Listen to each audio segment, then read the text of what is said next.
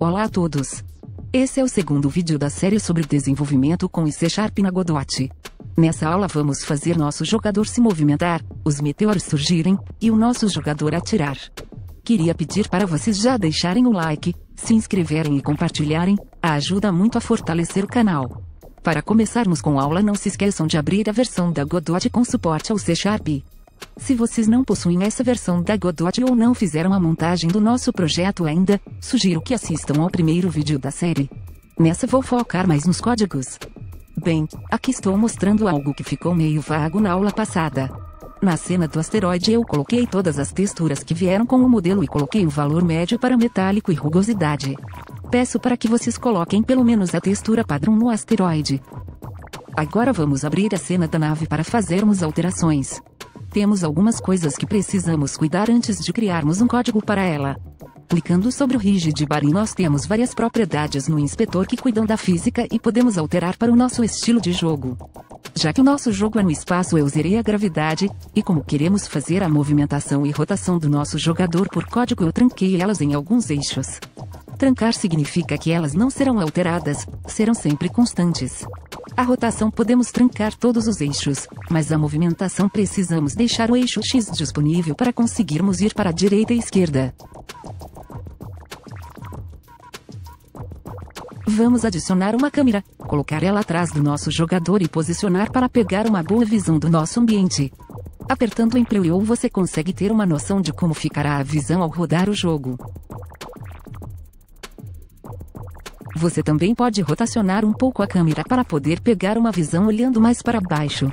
Enfim, agora vamos adicionar um código ao nosso jogador em C# para começarmos a usar a linguagem.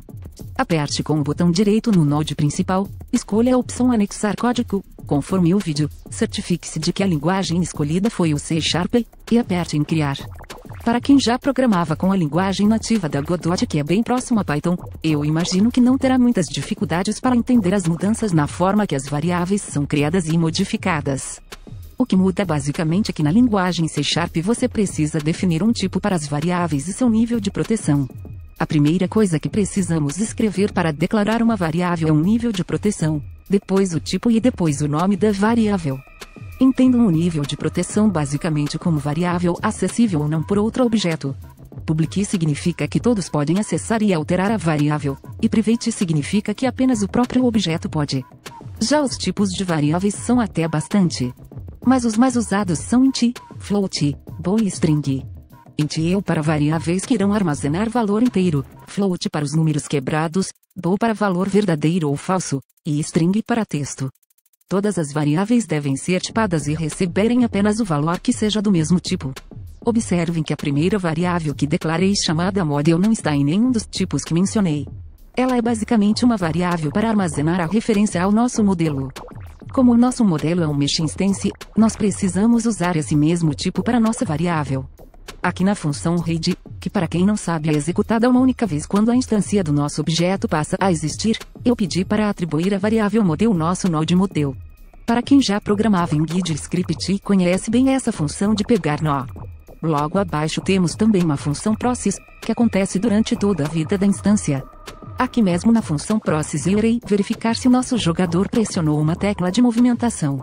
Impant é uma classe que contém funções que podem identificar a interação do nosso jogador com o jogo. Se identificarmos que o nosso jogador apertou a tecla de movimentação, podemos atribuir um valor positivo ou negativo para nossa variável do tipo inteiro. Podemos também zerá-la caso o jogador tenha acabado de soltar uma dessas teclas. Assim podemos usar essa variável chamada tecla para realizar a nossa movimentação. Vocês já devem de ter percebido várias mudanças da linguagem nativa da Godot para o C#.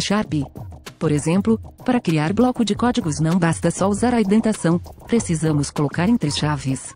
Além disso, as condições também ficam entre parênteses após if, e também precisamos usar o ponto e vírgula para cada fim de comando executado, como atribuir um valor para a variável, chamar um método ou chamar uma função. Após armazenarmos um valor na variável tecla com base na interação do nosso jogador, podemos aplicar uma velocidade de movimentação para a nave. Para isso irei usar a função de aplicar impulso. Esse método vem disponível pela classe Rigid Body.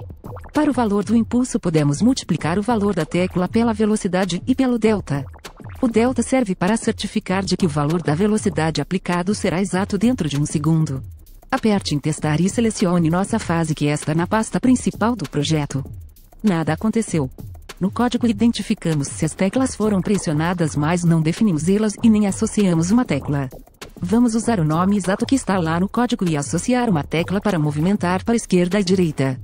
Se vocês se lembram, no código eu escrevi B direita para a direita e B esquerda para a esquerda. Lembrando que aqui, e lá no código isso é o nome do apelido. A tecla é associada aqui nesse menu também. Após adicionar o apelido basta vocês apertarem no mais e associar a tecla. Feito isso, vamos testar.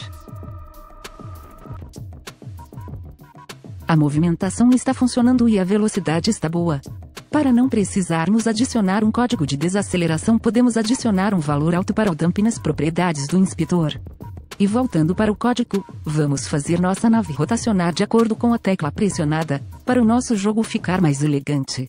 Vamos adicionar ou subtrair o valor de delta para a rotação.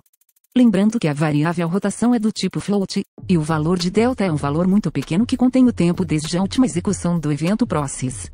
Galera, eu tive alguns problemas com a rotação da nave que acabei decidindo resetar a rotação do modelo e aplicar a rotação no próprio rigid body. Assim nós rotacionamos por código o nosso modelo com ele já herdando as rotações certas. Acabou que o código de rotação ficou assim. Essa parte serve para normalizar novamente a rotação. Primeiro verificamos se o valor absoluto, ou seja, o valor sem o sinal negativo, é maior do que o delta. Se for, subtraímos pelo sinal invertido do delta, caso contrário zeramos. E depois aplicamos a rotação usando a variável tridimensional própria do nosso node, e a variável rotação no eixo que desejamos. Para terminar essa parte da rotação, por último multiplicamos o valor para quase 2 vezes. Assim evitamos que ela seja anulada pela normalização.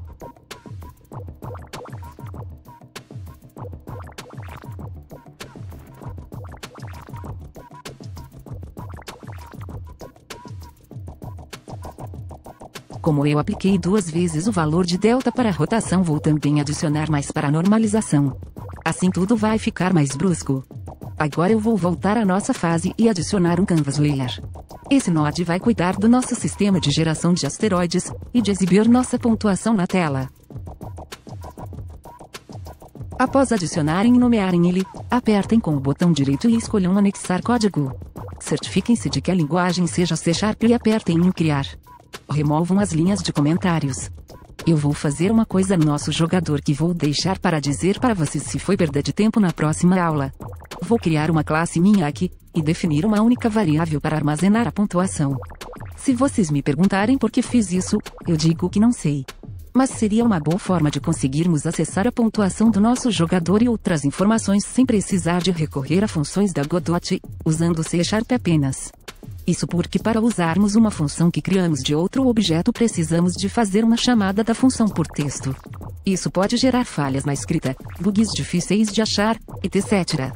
Usando uma classe IntelliSense ou debugger pode nos auxiliar a resolver muito facilmente. Aqui estou criando uma instância da nossa classe que acabamos de criar chamada jogador. Minha intenção era conseguir usar essa classe para fazer a comunicação entre nosso código de interface e do nosso jogador. Na próxima aula eu defino um destino para esse caminho que tomamos. De qualquer forma, se vocês puderem me acompanhar, isso serve de experiência para vocês também.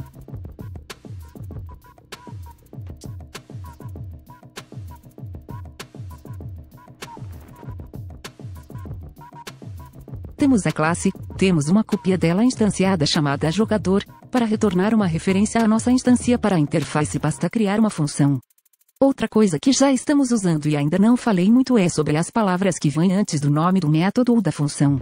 Basicamente o primeiro é um nível de proteção, igual a das variáveis, e o segundo é o tipo de valor que a função retornará. Ou seja, pode ser int, float, bool. Se não for retornar nada nós usamos void, e daí não é função, é método. Vou criar uma variável no código de interface para armazenar a referência à classe instanciada do nosso jogador. Também vou aportuguesar as variáveis, afinal estamos fazendo isso desde o início do vídeo, e de vez em quando me bate a amnésia.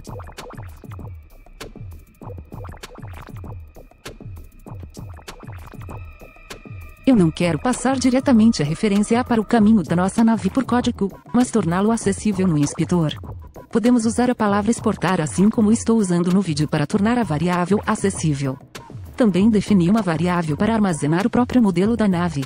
Uma variável armazena o caminho, que é do tipo texto, e outro próprio modelo, que usa a variável contendo caminho.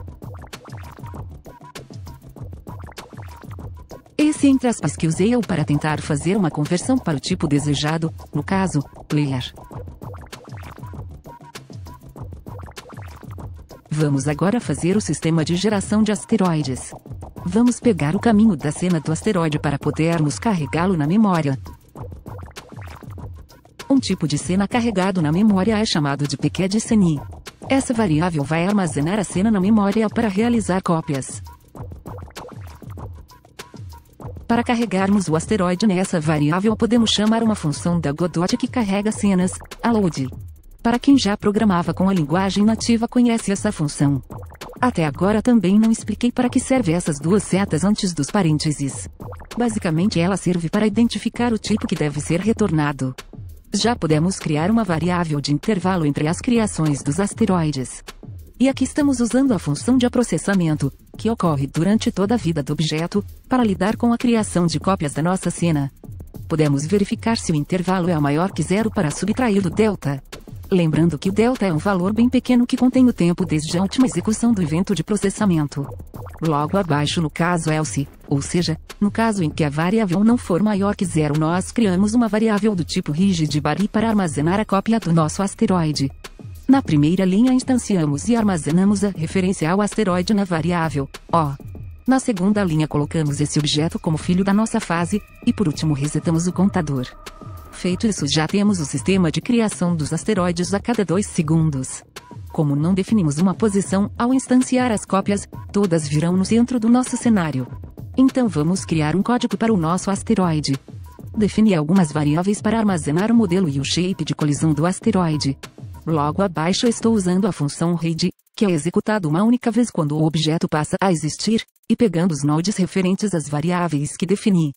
Vocês podem verificar se o nome e o tipo que estão usando nos códigos estão corretos voltando para o nosso projeto na Godot e deixando o mouse em cima do elemento que querem conferir. Provavelmente não iremos usar a função processamento, ao invés disso iremos criar uma função, então vamos excluir as linhas de comentários. Não sei se eu já comentei para vocês, mas ao passar parâmetros vocês precisam definir o tipo de dado que vocês receberão na função. Então, antes do nome da variável vocês precisam escrever obrigatoriamente qual o tipo do parâmetro. Como a escala base do nosso modelo e do nosso shape eu defini como 1,5, nós podemos multiplicar esse valor pela escala que definimos. Sendo assim, essa função que criamos não retornará valor, pois depois do private usamos void como tipo.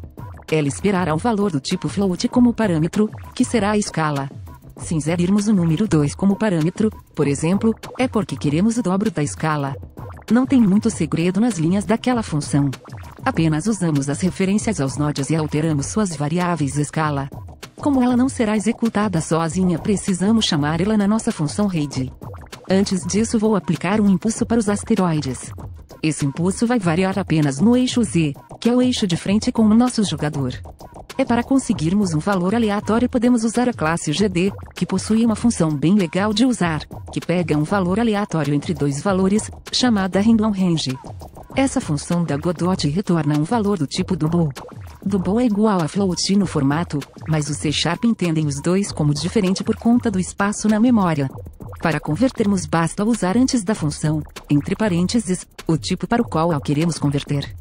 Vou pedir para vocês irem lá na Godot e removerem a desaceleração do asteroide, que está em velocidade linear e depois temp. Depois eu volto e explico melhor o código do asteroide para vocês. Mas basicamente mudamos a posição, a velocidade e a escala quando ele passa a existir. Temos um tempo escasso, então já vamos resolver outro problema. Vá até a câmera e aumente o campo de visão dela. Sem aumentar o campo de visão não conseguiremos ver o sol. Agora vamos criar uma cena para ser a bala do nosso jogador. Adicione uma área e um shape visual. Escolha cilindro como a forma geométrica, altere o tamanho para ficar do tamanho de um míssil.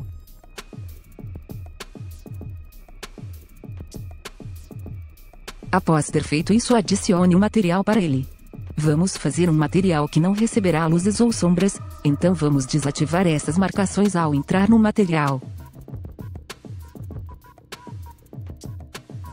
Vou escolher uma cor bem alaranjada, ativar a adição de cores, e diminuir a opacidade.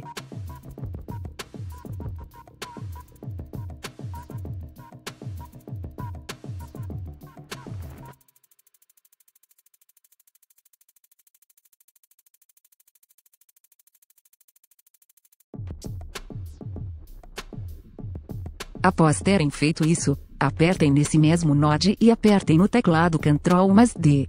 Apertem em criar uma forma geométrica, não tentem ir direto a alterar as propriedades da forma que vocês irão alterar os dois cilindros. Ao duplicar, os dois nodes por padrão irão querer compartilhar dos mesmos recursos. Realizem os mesmos procedimentos, porém escolham uma escala um pouco maior e uma cor mais avermelhada. Assim que vocês começarem a ver o resultado, vão entender o que estou tentando fazer. Aqui já deve dar para ter uma noção. É um efeito feito nas mãos de alguém que não entende nada de modelagem, kkk. Enfim, para nós vai servir. Crie um shape de colisão com a forma geométrica de cilindro. Eita, não é cilindro, kkk. Acabei falando errado. Não esqueçam de escalá-lo também.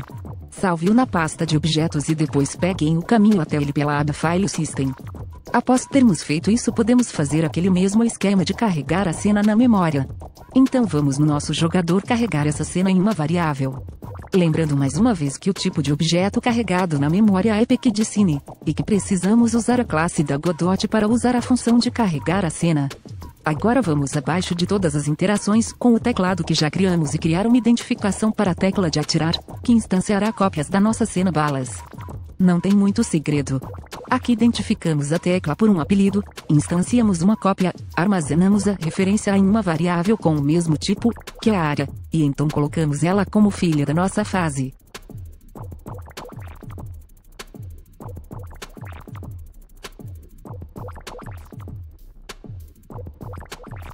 Acabei cometendo uma gafe que já fica como exemplo para vocês. Estou usando uma área 2D aqui no código, mas no nosso projeto a nossa bala é uma área 3D. Então teremos um bug ao executar o jogo.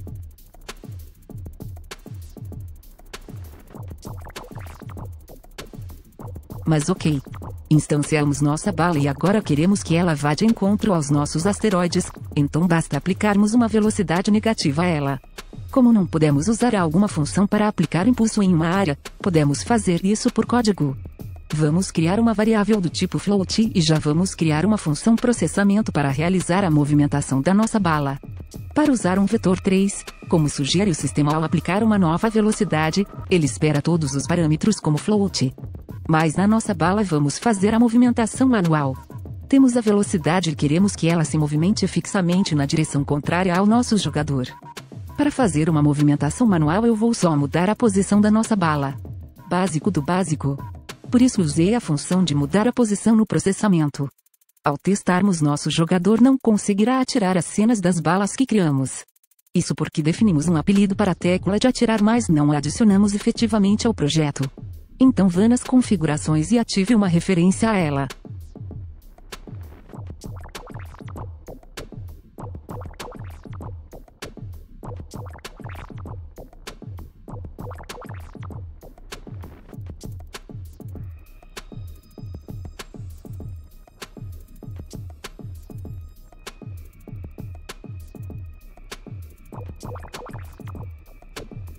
E além disso, nossas balas são criadas no centro do mapa.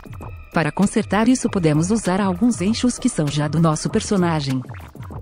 Galera, é isso, já fizemos bastante coisa e muita coisa ficou vaga para o conhecimento de vocês. No próximo vídeo eu vou tentar explicar e se surgir dúvidas não tenham vergonha de perguntar. Vou ficando por aqui, vejo vocês em breve.